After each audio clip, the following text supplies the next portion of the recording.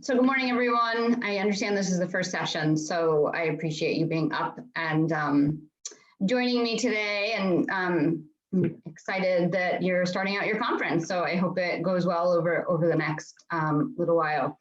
But my name is Lisa Damon. I'm co-director of Mass Farm to School. We're a statewide organization here in Massachusetts that helps connect schools and farms. So we really try to support local food procurement and education at institutions around the state through things like technical assistance, networking, and professional development. So we're a small organization of, well, currently 3 people, but we're hiring 2 folks as we speak. So we'll be able to really hit the ground running in 2021. So I'm here today primarily to talk to you about, as producers, folks on the supply side and production side, how to really look at institutions and schools as a potential market in your business mix. So the first thing that we like to ask producers is farm to school right for you? And it's something that we get asked a lot by producers and farmers. You know, how are institutional markets? How would they really fit into our business plan? Are they the right fit for the type of products, the size, location, all of those types of things? And there's some general, I guess, rules of thumb or tips we like to provide producers. And then really, and hopefully we'll have a little time at the end of this session, or in general, you know, we're always free to provide technical assistance on call. Reach out to us if you have specific questions about your business model or plan or what you're hoping to do, or if there's specific institutions you really want to focus on.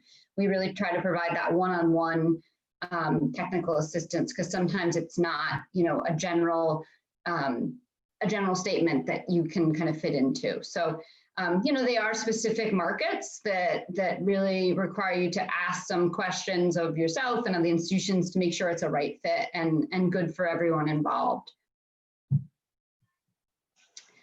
So a little bit about school customers. They are reliable wholesale accounts.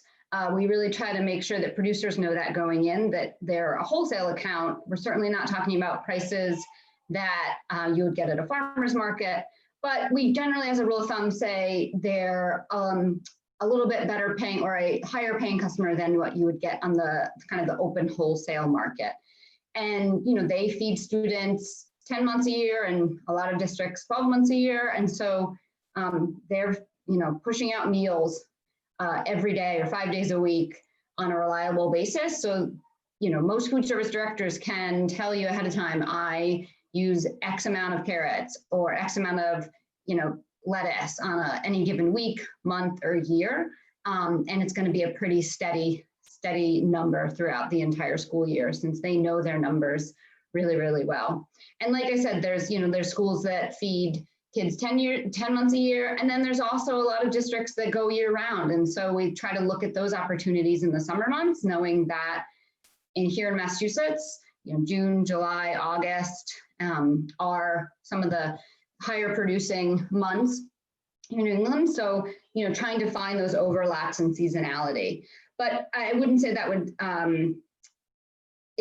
you know, you're not limited to those months when you have, you know, the highest yield. We really try to match up and look at crops that can store well and that schools can, you know, purchase throughout the entire school year. So we have one of our biggest programs is called Harvest of the Month, and it features one crop each month throughout the entire school year and summer year. And so it's a great entry point for schools that are looking to start farm to school, and also for producers that may look to approach a school and say, hey, you know, you don't have to start by buying all of your fresh product or all of your, you know, 10 vegetables all at once, but let's try to think about one crop a year and focus on it, and think about menuing that, you know, 2 or 3 times throughout the month, or maybe just focus on the, you know, one a la carte item, or when salad bars were in season or people were using salad bars, we'd often look at those as tools to introduce new fresh products, local products. They're a great place and they're flexible. So we really try to think creatively within the cafeteria about what's the easiest entry point of fresh local products. And then to complement kind of what's happening in the cafeteria, we also try to look at what happens across the entire school environment. So we do a lot of, like I said, we do a lot of professional development activities. We work beyond the cafeteria and food service staff. We also have a Farm to School Institute, we call it, and that's a year-long professional development program for entire school teams, and they make up administration, educators, nurses, certainly food service staff, people across the entire school community, and they come together for a couple days, usually in the fall, come up with a plan, and then throughout an entire year, implement their farm to school action plan. And so we really try to look at how to infuse local food, local agriculture, not just in the cafeteria, but across the entire school. So what's happening in the classroom or after school program? Is there school gardens? How can you work those into more areas, into curriculum?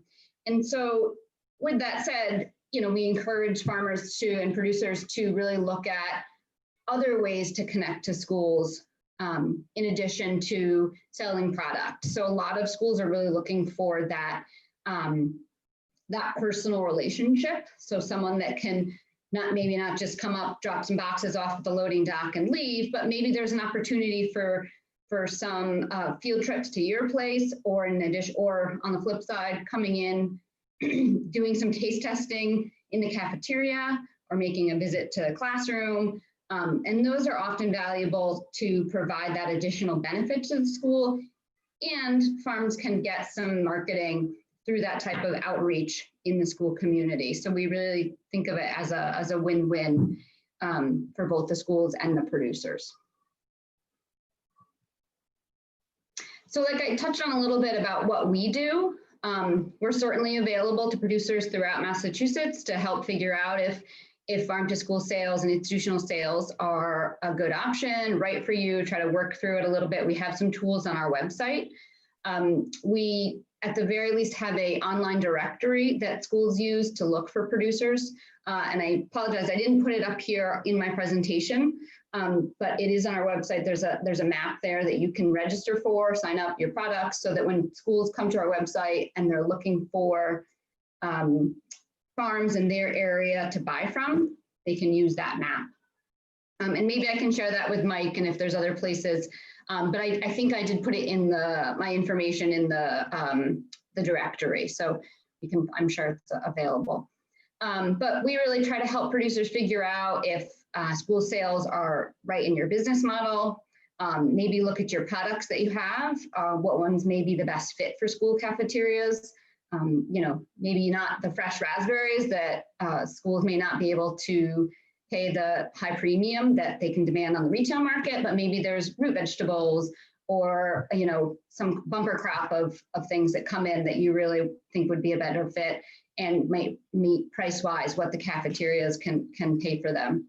And then we really, if you're interested in specific regions, schools, districts, we can help you figure out, maybe ones that are in your area that are a better fit size-wise, or other characteristics that would be better for your specific farm. And then talking about marketing and promoting how to work with school cafeterias, they're certainly a different customer than a wholesale distributor or a restaurant or a farmer's market customer. So what are some of the promotion and marketing things that would help you work with food service directors? What are the payment methods that they use? What do they need to buy from producers on a regular basis? Price sheets, availability sheets, how to contact them. They're extremely busy, have limited hours. Usually they're in and out by, in early morning and then out by 1:30, 2 o'clock. And they can only take deliveries on certain days because of the regular school week. So they have certain characteristics that are different from other buyers. So we really try to work through those pieces with producers to figure out what would be a good fit. And I will say, just lastly, this year and last year, is quite different. And I know everyone has heard about how the pandemic has affected school food. So, there are still opportunities. We know of districts that are still buying from local farmers. I think a lot of those relationships are a lot of those places where schools have continued to buy local product. It's because of close relationships with producers.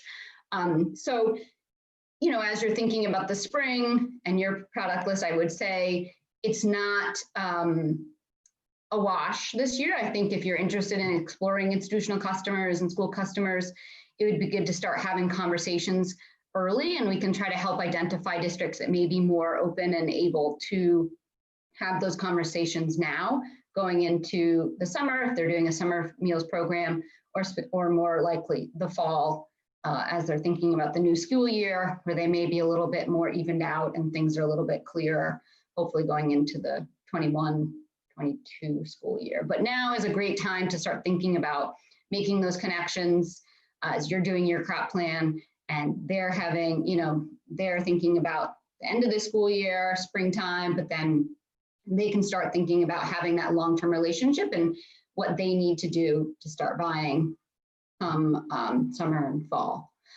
So here's my contact information. Like I said, our website's up there. We have other resources for producers, some more extensive tools you can use to figure out how tools may fit into your business plan. But also, like I said, that map is up there that you can register for, put your farm up or your site up so schools can search for you in their region. And feel free to reach out for any other technical assistance if you're interested in learning more about the resources we have or getting information on specific schools that you're interested in connecting with. So thank you. I think I'll end there. And we have a little bit of time. Yes, Mike? Yeah, absolutely. We can, folks are going to want to probably jump over to a session at 9, but feel free to take questions for the next few minutes for sure. Yeah, I'm happy to answer questions if there's any, or if you want to take a few minutes for a coffee break, that's fine too. Hi, I'm Don Sutherland at Long Life Farm. Thank you, Lisa. I'm with a town committee for sustainability. It's a sustainability committee, and I'm wondering if your organization has made presentations to town committees as an intermediary, instead of going directly as a farmer to the school, having you go to a committee and then have that committee introduce, as another strategy to open up a door. Is that something you've done before? So good question. We certainly have made presentations to other community or town groups, certainly to school boards we've been able to present to. And, I would say in general, and I mean, our organization is, I don't know, 18, almost 20 years old. So there could be times where we've gone with specific producers to those bodies. Largely will come at the request of maybe a parent group or someone that's concerned that wants to start farm to school programming in general and help talk about it. So I would say we're open to that for sure. If we can be, if we can help provide some background and context to what's happening to introduce the idea, or we are certainly open to doing that type of thing. Okay, thank you. Thank you. And it looks like you have a hand up from Ellen. Yeah, Okay. I just had a quick question.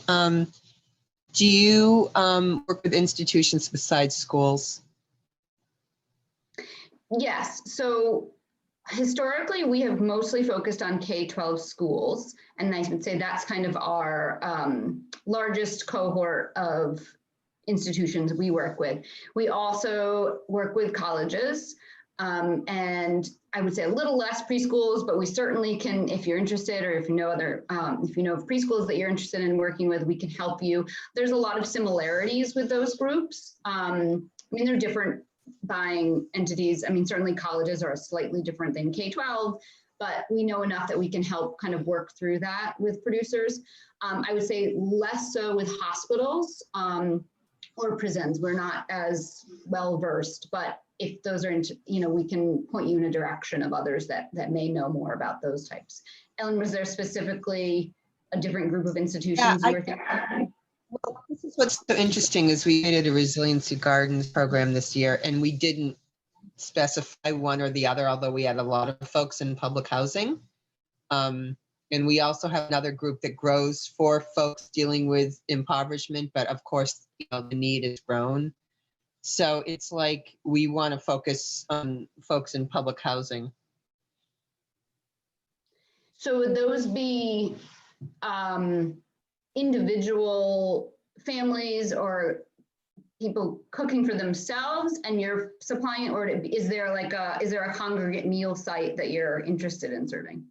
Yeah, no, there's no congregate meal site. What we did this past week, we created gardens, resiliency gardens for people, but now what we're doing is trying to do food distribution and just kind of in a gentle way identify folks who need food and fresh, local, organic.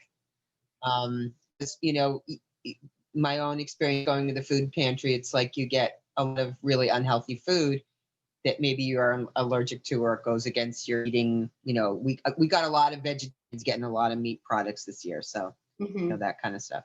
Sure. So And so trying Ellen, to. okay. Go ahead. I would say we primarily work with institutional buyers, so buyers that are buying, for cafeteria style or, congregate meal sites. But we certainly can, if you have specific questions or interested in finding out if there's certainly models like that in other communities. I don't know where you're from, Ellen, but we're happy to try to, connect you with other groups or organizations that could, give you more context and models that are happening in other states. I'm sorry, other communities in Massachusetts. Yeah. That'd be great. Thank you. And thank you so much, Lisa. Thank you, Mike. Thank you, everyone. Enjoy the conference.